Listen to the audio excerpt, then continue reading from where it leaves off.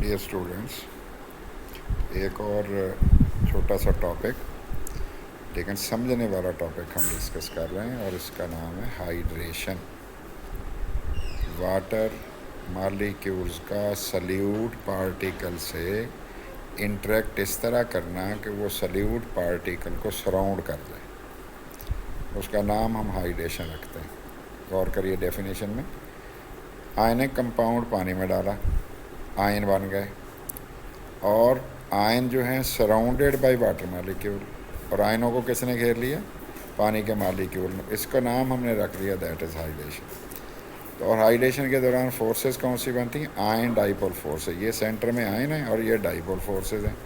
Ion और ये an ion है, डाइपोल फोर्सेज हैं। ये देखो ना, अब Na+ के सामने कौन आया हुआ है? O, और Cl नेगेटिव के सामने कौन आया हुआ है? H। गौर कर लें, इनको हम कहते हैं हाइड्रेटेड आयन। ये भी हाइड्रेटेड कैटायन है, ये हाइड्रेटेड एन आयन है, ये NaCl है। अब इसमें होता क्या है? Water molecule just attached to ions in solution, कोई HOH बॉन्ड ब्रेक नहीं होता है। Physical attachment of water molecule with ion हो जाती है, कोई pH change of equal solution भी नहीं होती। तो इसका मतलब ये हुआ कि सराउंड किया हुआ वाटर मॉलिक्यूल ने आयनों को उस सब्सटेंस के आयनिक सॉलिड के जिसको आप डिज़ोल्व करना चाह रहे हैं। एंथैल्पी ऑफ हाइड्रेशन क्या हो गई? 1 मोल आयन्स गैसियस आयन आपने लार्ज एक्सेस वाटर में डाल देना है। ठीक है जी, गौर करें, 1 मोल ऑफ आयन डालना है, आयन, और डालने के इसमें एक्सेस वाटर में, to form infinitely dilute solution under standard conditions. हमेशा एक्सोथर्मिक होगा, delta H not, hydration less than zero होगी, क्योंकि एनर्जी निकलनी है, रिलीज़ होनी है, खारिज होनी है। क्यों भला?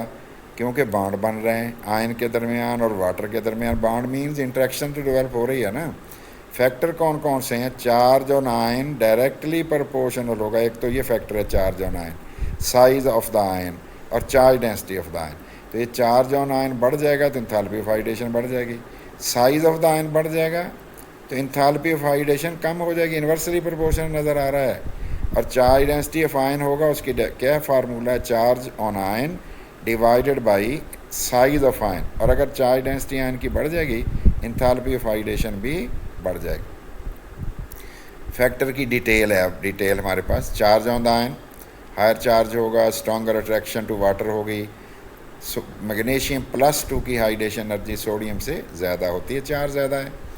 Size of the ion, smaller ion होगा, चार्ज डेंसिटी, चार्ज का गाढ़ापन आयन पे ज़्यादा होगा ना, उतनी स्ट्रॉन्गर हाइड्रेशन होगी। जैसे लिथियम प्लस छोटे साइज़ का है, सोडियम प्लस बड़े साइज़ है इसके मुकाबले में, तो लिथियम प्लस की छोटे साइज़ होने की वजह से चार्ज +1 है, चार्ज डेंसिटी ज़्यादा होगी। और चार्ज डेंसिटी फार्मूला आपको पहले ही हम कर चुके हैं। चार्ज डेंसिटी बढ़ जाए, मोर नेगेटिव, नेगेटिव का मतलब एक्सोथर्मिक, डेल्टा एच हाइड्रेशन होगी।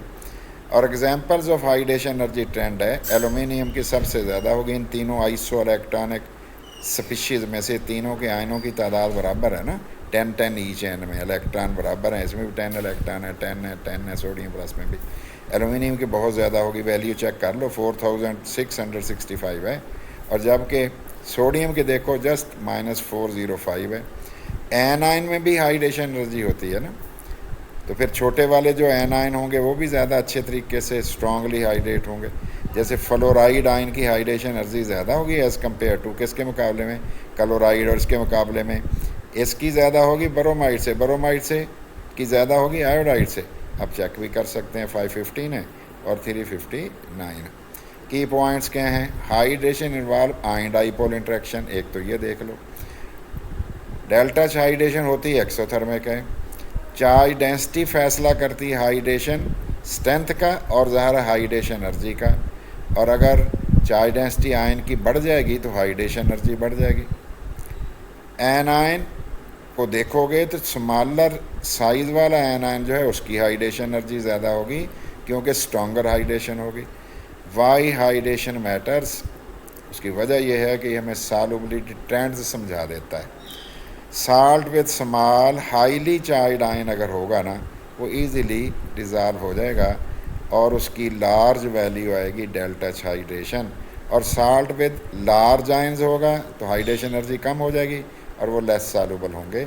इसका इम्पैक्ट क्या, असर क्या डेल्टा एच नॉट सोल्यूशन का, combines with lattice energy to determine if dissolution is exothermic और एंडोथर्मिक, यानी कि हमें दो चीज़ों का कंपटीशन कंपैरिजन कराना पड़ेगा, एक हाइड्रेशन एनर्जी का, एक लैटिस एनर्जी का।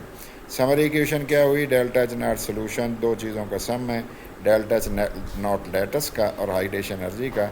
इनकी मैग्नीट्यूड दोनों की, लैटिस एनर्जी की और हाइड्रेशन एनर्जी की मैग्नीट्यूड बताएगी whether the process is exothermic और एंडोथर्मिक। एग्जांपल दे रहा हूँ, डेल्टा एच हाइड्रेशन ज़्यादा है लैटिस से, एक्सोथर्मिक होगा। फॉर एग्जांपल NaH डिज़ाल्व करोगे वाटर में, गर्म हो जाएगा ना, एक्सो होगा। और डेल्टा एच हाइड्रेशन थोड़ी होगी लैटिस से, फिर एंडोथर्मिक होगा, जैसा कि अमोनियम क्लोराइड वाटर में डालें तो। इन्फिनिटली डाइल्यूट सॉल्यूशन का मतलब है कि no further heat change occurs with added solvent, और सॉल्वेंट डालो तो कोई हीट में चेंज नहीं आएगी। Thank you very much.